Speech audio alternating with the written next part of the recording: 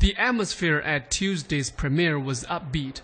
Moviegoers lined up early to collect specially designed, hard-covered ticket stubs that reveal a different immortal depending on the viewing angle.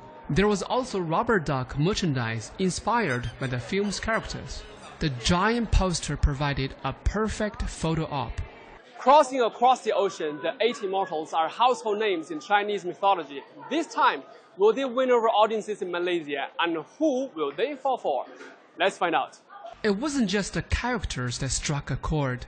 From the storytelling to the voice acting, more than one moviegoer described the experience as a pleasant surprise. It was surprisingly good.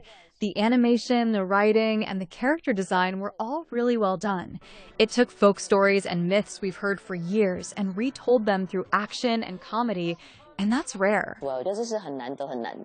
Their resonance wasn't limited to ethnic Chinese moviegoers.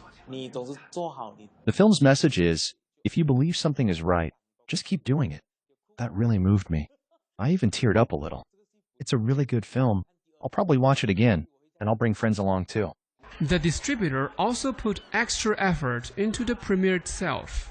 For this premiere, besides printing specially designed tickets, we also custom-built a Heaven's Gate arch and made life-size cutouts of the Eight Immortals characters for moviegoers to take photos with. According to Xue, All Wishes Come True will screen in more than 110 cinemas across Malaysia, with over 600 daily showings. The release adds to a growing list of Chinese films finding an audience in Malaysia in recent years, from the Naja series to Kung Fu Soccer, and Dear You recorded its highest overseas box office in the country. Rooted in traditional Chinese mythology, All Wishes Come True is, in its own way, helping audiences of different backgrounds find their way to Chinese stories. Yan Shu, CGTN, Kuala Lumpur, Malaysia.